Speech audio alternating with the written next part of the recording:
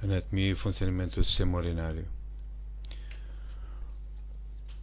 O sistema urinário é composto de várias estruturas que eliminam as toxinas existentes no sangue, filtrando o mesmo.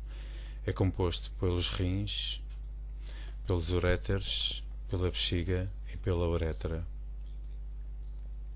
Os rins são dois órgãos em forma de feijão, sendo o direito um pouco maior que o esquerdo, localizados na parte posterior do abdômen, um pouco à frente das últimas costelas flutuantes e mais abaixo.